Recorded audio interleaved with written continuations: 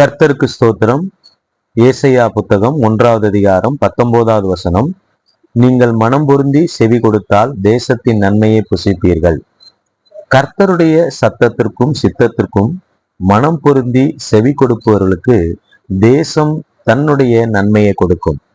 எனவே தேவனுடைய சத்தத்திற்கு சித்தத்திற்கு மனம் பொருந்தி செவி கொடுத்து தேசத்தின் நன்மையை நாம் புசிப்போம்.